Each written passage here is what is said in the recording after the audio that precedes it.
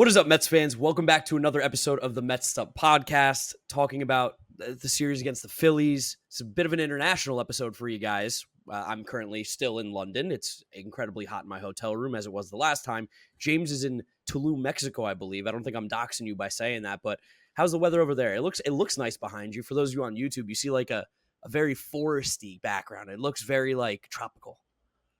We're not a forest. We're lush here. We're in the jungle. I'm in an Airbnb with some friends here in Tulum. Just came straight from the beach to get you guys this episode because there's a lot of Mets stuff going on. But it's been wonderful here. It's so hot. Like, I don't think I've ever experienced heat like this in my entire life. Like, it's 100 degrees with like 80% humidity. Like, you walk outside and you regret even wearing a shirt for a second.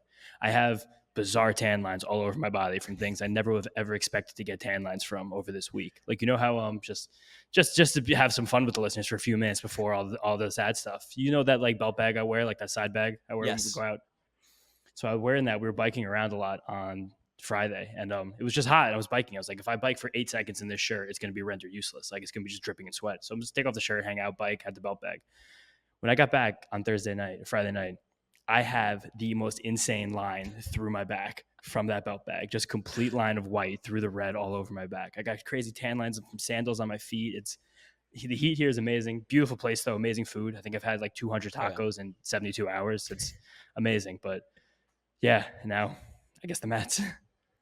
Yeah, I mean, I'll talk about London real quick. The hotel still doesn't have air conditioning. We're in a new one for this one, and it's just so insanely hot. I've spoke to everyone, though.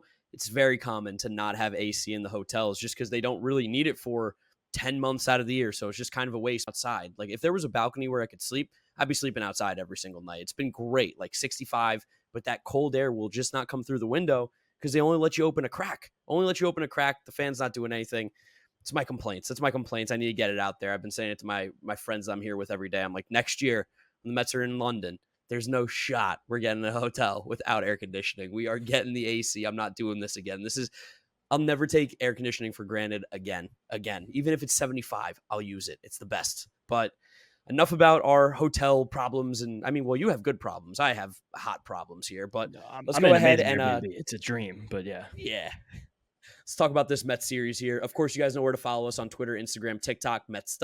If you're looking for the YouTube version, go to the New York Mets YouTube channel, subscribe over there. And if you're listening to us, Apple Podcasts, Spotify, Google Podcasts, Odyssey, drop us a rating, drop us a review, download and subscribe. We do appreciate all you guys listening. We know that as the season has gone on more and more, I mean, this is a tough series. There's no way around it, especially to lose the way that we did in Game 3, which was a bit of just rip your heart out of your chest. It was a tough one. Nothing's really been going great. It's been difficult in Mets world, and you know the season is not getting any short, or it's not getting any longer.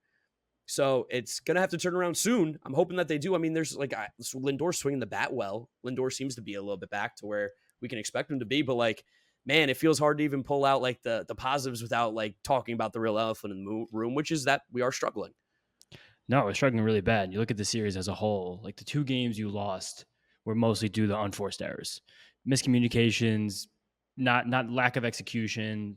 Like, the way the bullpen imploded on Sunday was just, it felt like a fever dream. It's just ridiculous. It was terrible. It was just so hard to watch this team right now. It's difficult to take in these games and like see a path forward, especially as you said, like every single series, the season gets that much shorter. This was another series where you're playing against a team that you are chasing, a team that the Mets have had their number for the last couple of years now, and to lose in the way you do when you implode in an inning, you only give up 1 hit. It's like where do you go from here?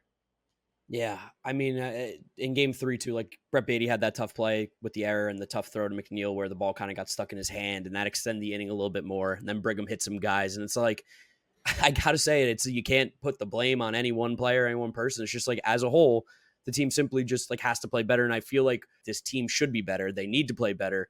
It's just when is it going to happen right now? I mean, shout out to that specific instance, just to be more general talking about this. Like Brett Beatty said to Tim Healy, this loss is completely on me. And it's pretty unbelievable that someone who's still a rookie in this league in their early 20s is taking such incredible accountability. And Jeff Brigham did implode. You guys know how much I love Jeff Brigham. He completely fell apart in that inning. The hit bats, the Kyle Schwarber hit batsman with 2 strikes was after the strikeout of Cody Clemens, even after the error, was such a gut punch. Yeah, I mean, like it's a thing that we've been saying, but like there's nobody dogging it. There's no one not playing hard. There's no one who's not trying. It looks like nobody doesn't care. Like they all very much care a lot. This is their job. A lot of guys are like fighting to get bigger contracts, get more money, whatever it's going to be on this team. And I know that they should be playing better. It's just we gotta start seeing it on the field. Like that's just kind of how it is. Like as many mistakes as have been made, super cliche, but it's like we got to be able to put this past us now because it's what? How many games into the season are we right now? We're like close to 80, right? Mets are 35 and 42, which is 77. So we are close to the halfway point, and the Mets are 7-ish games under 500, a bit back in the wild card, very much back in the National League East. There's not a whole lot of time to continue the quality of play that has been happening. I think this team has players that can definitely turn it around, that can make this performance or turn these performances into wins. Think about how many games recently have been very winnable, and it's just like one or two little things couldn't go our way. We didn't execute or whatever it was.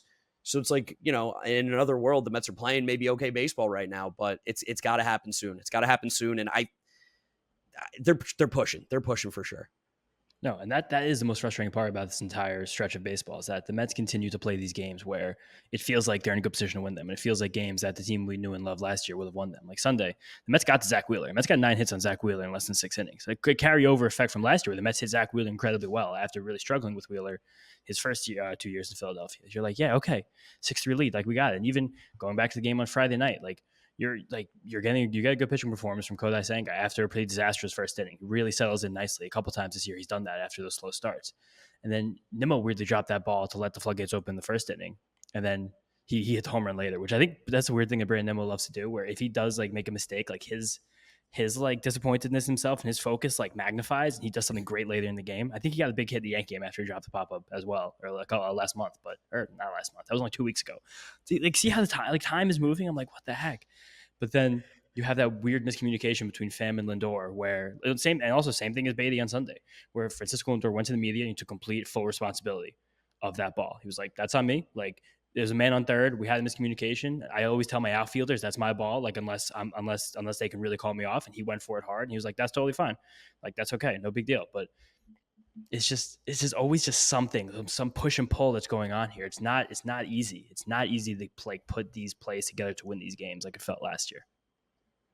Yeah, no, and I got to say, like, I didn't expect to be having these kind of episodes on June 25th. Like, when we're recording this, I didn't expect to be having these conversations. Like, what do we do from here? What's next? How do they get to where they were? Because we know how great last season was, and it was probably going to be impossible to be as good as it was last year in the regular season.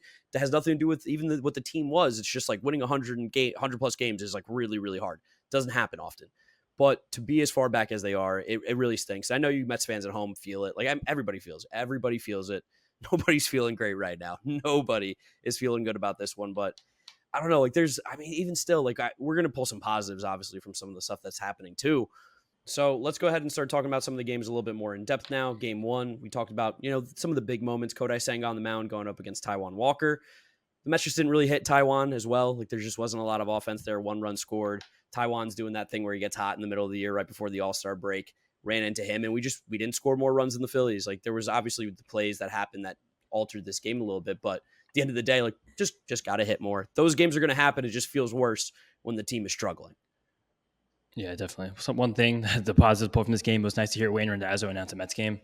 Yes. Miss Wayne, old friend of the program, just a great guy that we see around the ballpark. And he's having a great season announcing Angels games out there as that team gets more exciting. I guess actually that's kind of a segue. Maybe we should talk about what happened before this game. Yeah, let's talk about it. That's actually a good point. Let's talk about the trade that happened between the Mets and the Angels. Mets and the Angels made a trade Friday afternoon just before this game began. Mets sent Eduardo Escobar to Los Angeles, Anaheim, I guess, for 2 pitching prospects, Coleman Crowe and Landon Marceau. And I don't think it can be lost how much fun Eduardo Escobar was as a member of the Mets. I remember when the signing happened, you were incredibly excited. One of your favorite players around the league. He's always had some of the best vibes in professional baseball, and he brought that in spades to the New York Mets clubhouse and organization. The Fogo de Chao story is going to go down in Mets lore for years to come. We're going to hear about that forever. SNY is going to keep that clip going every single year when it happens. When they had his party early last year for his 10 years of service time, and he had his big bottle, that was just a great moment for players. guaranteeing your pension there. Shout out also to the Mets social media team, like because all the TikToks with Eduardo Escobar over the last year have been so incredible, and just like the bits that they were able to build out with him, were like 2 more minutes, 5 more minutes, 10 minutes. I come back in 10 minutes. I think Yeah. of something. I come back. Like he was great content. He was so much fun on and off the field. On the field, I'll always remember that cycle he hit for the Midnight Mets in San Diego. Mets first cycle in 10 years, back when since Scott Harrison did it in 2012. He's a fun player. He had a fun little year and a half with the Mets, and one that I don't think I'll forget anytime soon. Yeah, I mean, Eduardo Escobar will be one of those guys that, like you said, we always remember as Mets fans, like just a genuinely good dude. I'll tell like one of my favorite stories personally with Eduardo was when I was at the World Baseball Classic watching Venezuela versus Israel. I'm not saying anything, like we've obviously seen Eduardo a couple times, said hello, very nice guy in person. But you sometimes like unless you meet a guy, you're like, he's probably not going to know who I am. He's not going to remember me, any of that kind of stuff. And I'm standing up behind the dugout. He looks at me, goes, "Hey man, what's up?" And I'm like, "Me? Are you pointing at me?" Like I did like a double take. Like, "Are you sure?" Like looking around, is there someone else? He's like, "Yeah, man, you. How you doing? Thanks for coming." I'm like, "Oh, dude, like that to me is so cool that even though we've basically had no interactions, just from seeing us like around the stadium, around the field, the fact that he felt like the need to say hello or he wanted to say hello just shows you how good of a guy he is, how good of a teammate he was. Everybody always had the incredible things to say about him. The stories that you hear, just like, from teammates and stuff. He's an awesome dude. We're going to miss him. But of course, wish them the best out in Los Angeles with the Angels. Go make the playoffs with the Angels. I'd love to see Mike Trout and Ohtani play some September or October baseball, which would be very, very cool. Let's talk about those prospects, though, that we got back. Coleman Crow, Landon Marceau.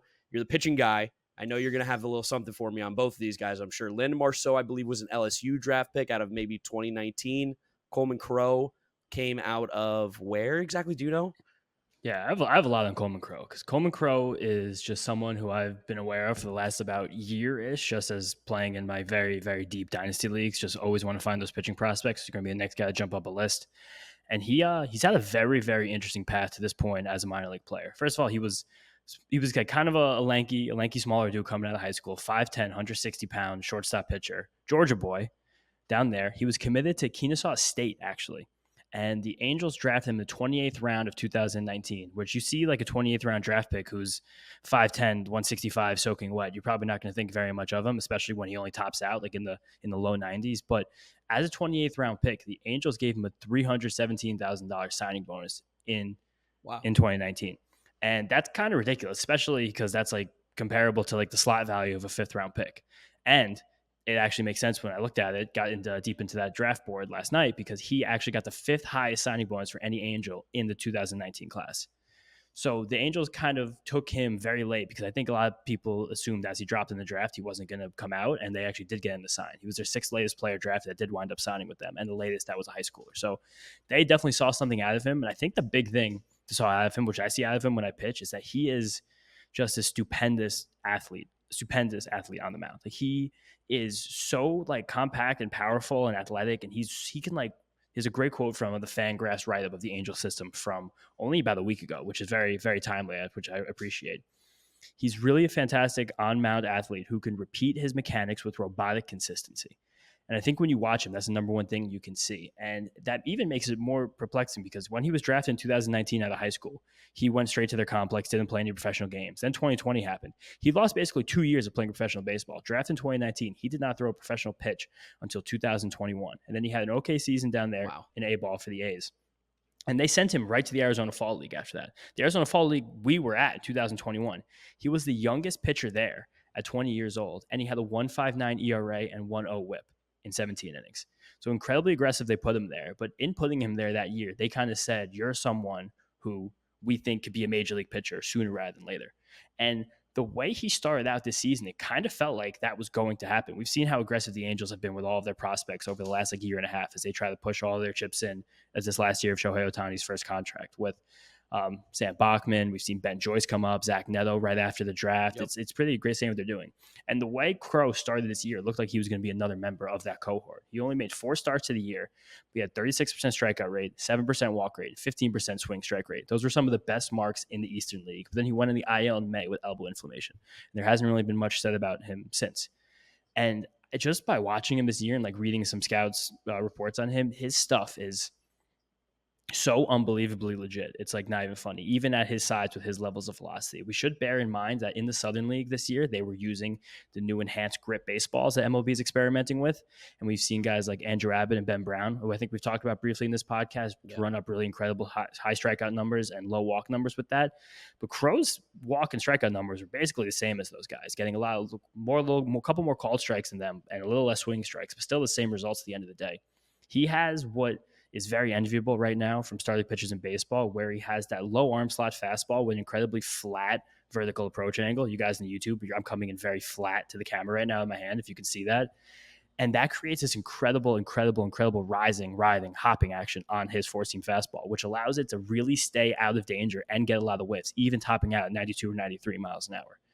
So that, even in itself right there, having those physics is puts that fastball on a whole different level, especially with that velocity. But the best thing that he has is two really distinct and really, really disgusting breaking balls, a curveball and a slider. They're both genuinely nasty. I threw up a tweet Sunday morning. If you guys want to check out, I found a long video from earlier this year about someone basically just going through all of Coleman Crow's pitches. And he even has a changeup that's coming along. And his calling card, all the scouts have always said, has been his command. So he's able to work both sides of the plate, high, low in the zone, fastballs, changeups, breaking balls. I really think if we can figure out what's going on with his elbow issue, like he's someone who is high potential, high floor, and probably a really, really, really good get for this organization. No, I love that. And I mean, being able to flip Eduardo Escobar, guy who, again, we liked him, but like relatively speaking, Brett Beatty plays third base for this team. He is the future. And Eduardo Escobar has an expiring contract, probably wasn't coming back if we had to take a guess. So being able to flip him for a couple pitching prospects that could make an impact at some point, I mean, that's a really good move. That's a really good move. I know, like, people on all over Twitter have different takes here and there, but your breakdown of Coleman Crow was really good. And I know, because you spoke to me in the past, like what you said about that being a little bit of a shorter guy is actually kind of something people are looking for now with the pitchers. I'm not going to compare him to Spencer Strider in terms of like stuff like that, because that's not fair. But the idea of like that shorter, lower arm slot or whatever that you were saying, and that perceived like less drop on his fastball because he's smaller, is something that you see with a guy like Spencer Strider that allows him to be so successful. He throws 99, but still 92, 93, like you said, getting those swings and whiffs and getting those strikeouts that he did at the minor leagues is still very impressive. Almost more, honestly, with Definitely. that kind of thing. Totally. And the term is it's a flat approach angle. It's an approach angle that like gets on the hitters fast and it gives you that rising action. And it is very enviable what he's starting out at here. And it's something else we've seen from this Mets pitching development in this past year is guys have added velocity. So if he can even add a tick while maintaining his mechanics and staying healthy, if he can go from like 93 95 rather than 91 to 93, like you could be looking at a potential like star here. That's amazing. We also should talk about Landon Marceau. He's definitely not the same upside and pedigree as Crow, but he is someone who is at least can probably give you major league innings and not be overmatched. Fastball is not special. It sits around 90, but similar to Crow, he has two distinct breaking balls, distinct more so in velocity. They have basically the same shape. It's more of a gyro slider, but it has a little bit of sweep, and his curveball is also a little bit sweepy, but they're almost 10 mile an hour differential in velocity. So that helps them be good. He could probably do this and not look out of place. And the one thing I want to mention lastly about this trade that I think is meaningful as the season progresses is that the Mets gave cash to the Angels. They're paying all of Eduardo Escobar's salary besides the prorated league minimum that the team acquiring has to pay. And I think that is meaningful because they got a good prospect and another fine prospect out of it. So just like using their own resources and dealing from strength, which is having extra third baseman and having like being able to pay that for money, like that's really important because you got a guy in Coleman Crow who could, if things break right, like he has a toolbox to be a major league starter. And he has upside past that. Yep. It's like that, getting that for a half a season of Eduardo Escobar, who by all accounts is a league average hitter, who gets hot and he gets cold, who plays pretty good defense, is a lot of fun to have in the clubhouse. That could be a massive organizational win. No, 100%. Like that's a good process right there. Love to see that. Angels have been making a bunch of moves. We know they got Mike Moustakas too. Has nothing to do with the Mets, but just wanted to kind of put a little bow tie on the end of this Eduardo Escobar conversation. Again, wish the best for Eddie. Hope he does well. Hope he goes on a run in the postseason with the Angels and brings Mike Trout and Shohei Ohtani to the postseason for us. But otherwise, let's get back to the games here. Game 2, we did win this one, which was nice. Good to get a W on the board. Definitely needed it. We need to get a few more Ws, especially with Game 3. So it does feel like Max really has turned the corner after those early season struggles. I think a huge part of that is, again, just having the consistency. His ramp up this year was so weird. We've been saying it basically all of the starts now, but it was really bizarre to start, and stop again. And now that he's in a groove, you can really feel that he's getting back to himself. And like Castellanos had a big home run off him. The Phillies scratched one across in the 5th, but Max really bared down to get out of it. He got a great strikeout on Bryce Harper with 2 men out with a little color that just darted out of the zone. Bryce was completely stupefied, and we know that Bryce is a guy who doesn't chase very often. And it was really, and you saw kind of the grin on his face. Like when someone gets Bryce Harper, he lets you know it. Like he's got a lot of gamesmanship about him. Like he's a really nice jerk. Like that's kind of the best way to describe Bryce Harper, like especially on the baseball field. So he like gave a little grin. He was like, "Yeah, Max got me. I knew Max would got me." But he got his fastball in 97. Max Scherzer on Saturday. It sat 94. That was his primary pitch. His slider wasn't as great as it was his last start out in Houston, but it was still very good. He did something cool I thought Max Scherzer did in this one was he dropped one slider to a lefty the entire game, and it was a 2-strike pitch that froze Kyle Schwarber in the first inning and got him to strike out. Backwards K. And the final line, 6 innings, 2 earned, 8 strikeouts, 1 walk, 14 whiffs. It was a great game. He put him in position to win. And then right after he did give up that run in the 5th that tied the game, the Mets jumped right back on the Phillies in the top of the 6th and took one right back. And it was kind of interesting how we even got it because Pete, he had the big game on Sunday. He'd been really struggling in his first week back off the IL after the wrist injury he had gotten in Atlanta. And he legged out like a fielder's choice to get us the go-ahead run. And you kind of felt like that was a moment where he could like relax, get that big hit, get that just big play off his chest, like get a win with not his bat, like with his legs, and like putting him in position to win with hustle definitely had him feeling good. No, 100%. Yeah, it's good to see Max Scherzer pitching well. It was good to see the team swinging the bat well. I had a busy day too because I was at the London series watching the Cubs versus the Cardinals, and then got to watch the Mets game, which a win is always nice. That's always a great way to wrap up a night for me. It was good. That was a very clean game. Like I felt very, very good going into Game 3 on Sunday. I was like a good pitching performance. The offense showed up. Like things went well. This is what can happen for us. I also want to shout out Starling Marte, the big home run in the first inning of this game to give the Mets a lead. He has been so incredible in his career at Citizens Bank Park. Are you aware of these splits by Starling Marte? He nearly has a 400 batting average, 170 OPS plus, one of his highest of any ballpark in the league, his highest of any ballpark that he has more than 10 games played in. He owns Citizens Bank Park, and it was cool to see him get that big hit. He's even starting to swing the bat much better these last few weeks as well.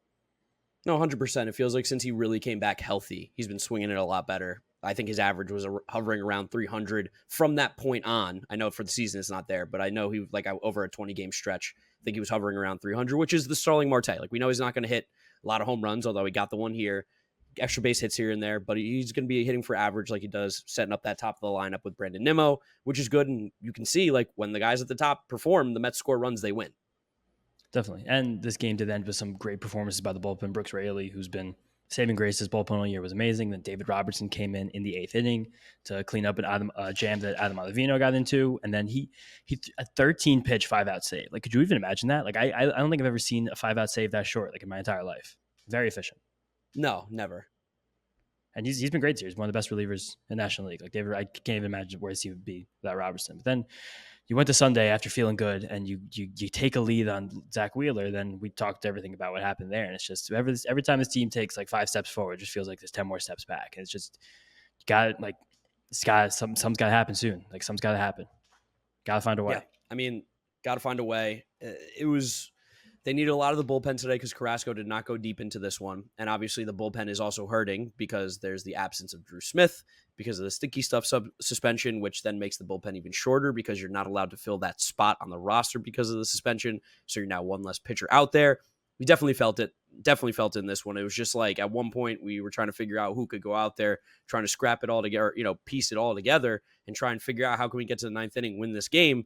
And it just didn't end up working out. Like you said, I mean, we don't need to harp on it too much more. We kind of talked about game 3 at the beginning. It sucks. It really sucks. Like it stinks that when we go have a lead like that going late into a game against a division rival, a team that we're chasing, just can't shut the door. It's hard. It's really hard.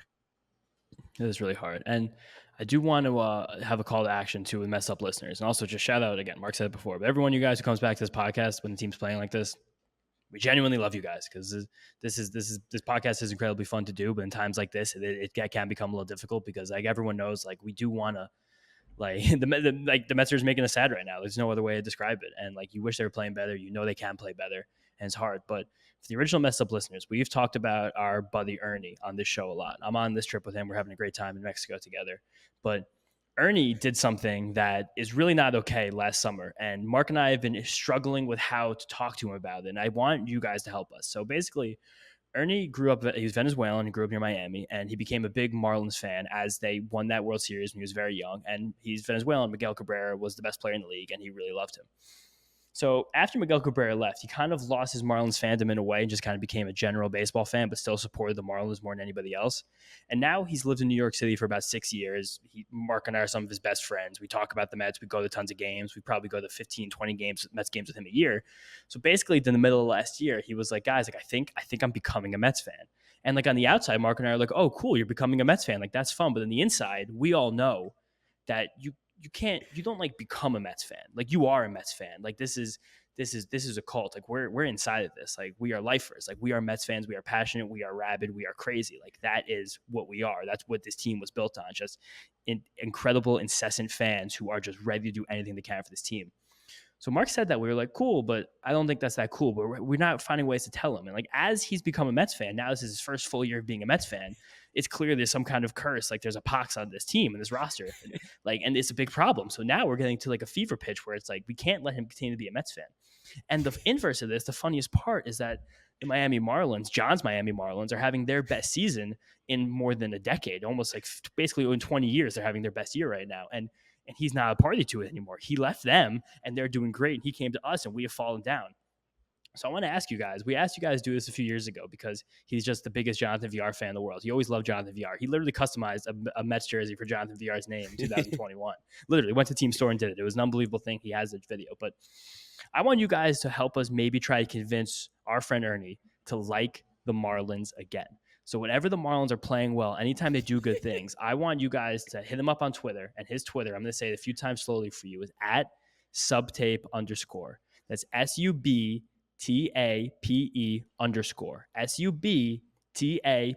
SUBTAPE_.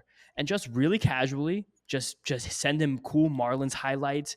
Maybe tell him how well the Marlins are doing right now. Just like Yuri Perez being one of the best pitchers in the league, Luis Arraez hitting 400. Tell him about how many like great things to go to that Marlins team. So maybe we can just get him back to that team and save this season. I'm calling on you guys to do it. So please let me know. Yeah, Ernie's I love the kid. Love the kid. He's a sweetheart. He would never do anything to hurt anyone. But boy, oh boy, is he a mush right now. He's such a mush. It's crazy how bad he's mushed. And you like you said, we did that entire episode last year, going over like how to reverse bad luck, all that good stuff. We're trying anything. We're trying anything in our power to get the juju going in the right direction so that this season can turn around. Because we've said it a couple times. There's not many games. The games aren't getting longer. There isn't much more season that's going to exist after tomorrow, the next day. It gets shorter and shorter. Need to turn around soon. Maybe it's Ernie's fault. I'd like to blame Ernie. You know what? I think he'd be okay with it. He's a fan of the podcast. I'm sure he's happy that we're talking about him at least. 100%. But I don't think he's going to listen to this because we're on vacation. He's going to miss this episode. There's a great time for all of you listeners to just get in and just hit him up with some Marlins highlights. Like if you find a Luis Arraez graphic, be like, wow, this is amazing. How much fun are the Marlins? Or Yuri Perez, oh my gosh, 20 years old. Look how low his ERA is. Just like anytime you see a highlight, a video, anything, just tag him in it. Tag him in it or just send it right to him. And it could be killing two birds with one stone. Mets play better, Marlins play worse. I'm in. There you go. Exactly, I'm in on that. Exactly. I mean, that's my goal, my ambition here. It's just, what a blessing for this Mets team. We're not playing the Marlins until Aaron Rodgers is going to be played 2 games for the Jets. But all right, let's go ahead and let's bring in John here to do the estimate for us for this upcoming series against the Brewers. I know he has a fun one for us. We have Johnny Fatherhood over there. How's the life treating you, John? Good, guys. I mean, obviously the weekend could have been a little better, but I'm glad we all enjoyed our weekends. You guys on vacation, me enjoying my daughter. Life's good, right? You gotta roll with the punches. So everyone hang in there, I guess. I don't know. I don't know what to say. It sucks, right? It sucks. It does kind of suck right now, John. It definitely kind of sucks. It sucks, but yeah, Mark, you mentioned it. I was just doing a little reading ahead of the series against the Brewers and was looking at Colin Ray, realized didn't pitch in the bigs last year. pitched in Japan. So I said, okay, I wonder what team it was for. Turns out he pitched for the SoftBank Hawks, which means that Colin Ray and Kodai Senga were actually teammates last year. Then I went back and I saw Colin Ray went on MLB Network during the offseason and actually talked about Kodai Senga before he wound up signing with the Mets. So a fun little connection there. Ray pitches on Monday. Senga will pitch at some point. It's a 4-game series with Milwaukee. So both are going to start in the series. So Estimen, by the way, Mark, congrats on getting off the schneid, the last one. There were 14 2-out hits. A lot. So seven by each team. I told you guys going in that the Phillies were very good in 2-strike situations. Mets don't strike out much, put the ball in play in 2-strike situations. So Mark, you're now down by 2, making a game out of it. And we did say we're going to cut this at the All-Star break, right? Mm-hmm. Yes. So this is crunch time here. Mm-hmm. So for this estimate, and then you guys will get into the series preview. I want you guys to tell me how many combined whiffs will there be by the 2 former SoftBank Hawks teammates, Kodai Senga and Colin Ray. Okay, I'm gonna need a little help here because my internet in this hotel is so awful, and I know you guys are experiencing it. Help. But no, I need a little help. I just need to know what's like the whiff rate of these guys. Just give me like a rough estimate. All right, I'll tell you right now. Colin Ray's whiff rate on the season, I'm on his page right now, is 23.5%. Okay, 23.5. So that's a hair below league average. And Kodai Senga, I'm going to guess. I'm just going to do a pure guess right now. I'm going to guess 29, but I'm going to search my Baseball Savant right now and see if I can find it. Mark, you been watching the College World Series at all? Oh yeah, I mean, me and James are really hoping Florida Big Gators can come fans. through. Yeah, big Gators fans right now. Pete Alonso is a great guy, so we're supporting his team as loyal Mets fans, and it definitely has nothing to do with anything else. But we want the Gators to win for Pete. That's what it is. Kodai Senga's whiff rate is 29.1%. Wow. Hey, That's okay, amazing. there we go. Wait, James, last question. Whiff rate is like swings and misses on every Only pitch swings. that you throw. Yes. Or on No, only that's swings? swinging strike rate. It's just the times you swing and the times you miss. But we're not doing rates here. We're only doing how many times you swing and miss. Correct. Okay, I just wanted to kind of get an idea of like what's going on there. Just Ooh, raw my guess totals. could be bad.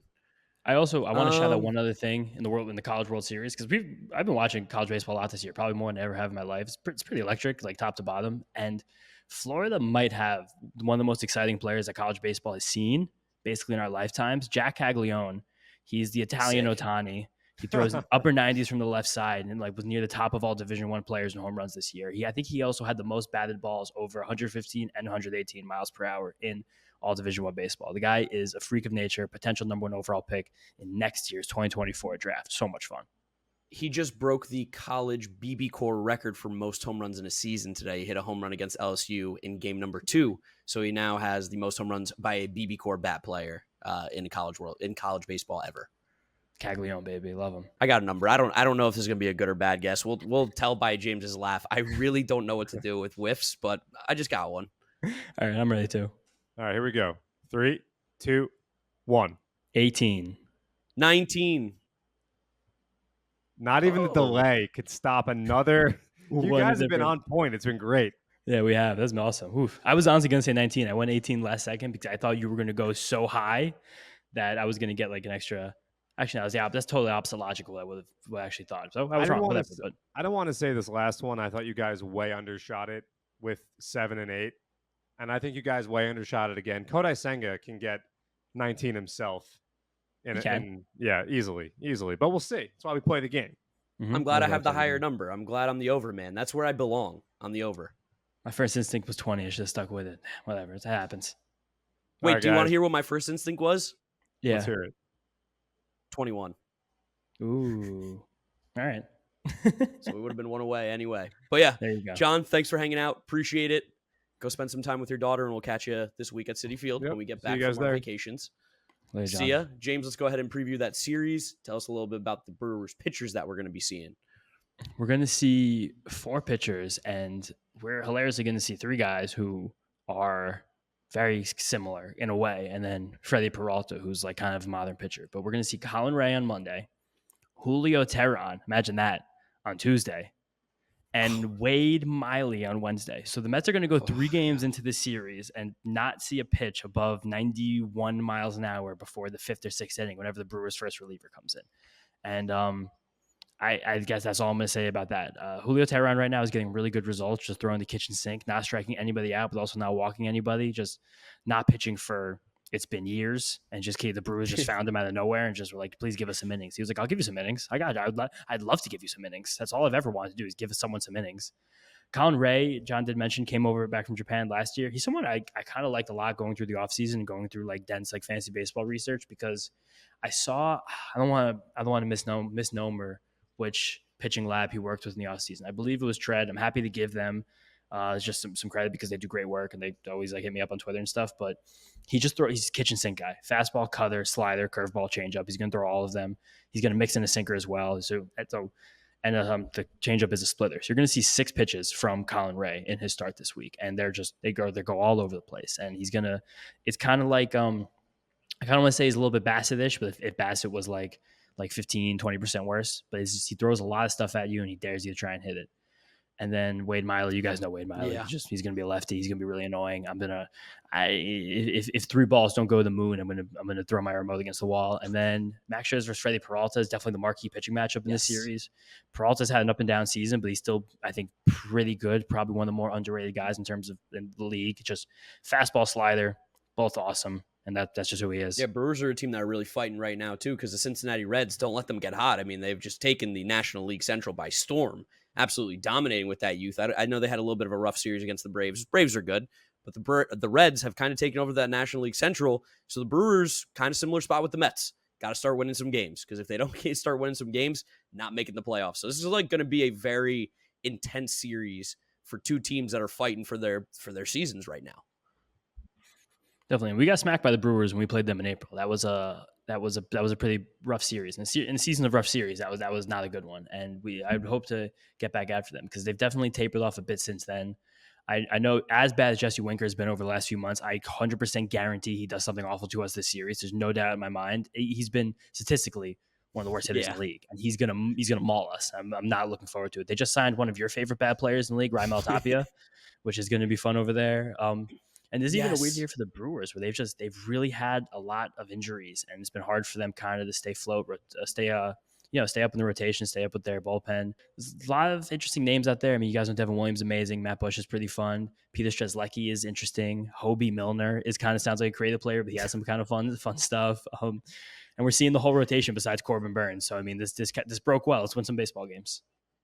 Yeah, let's win some baseball games.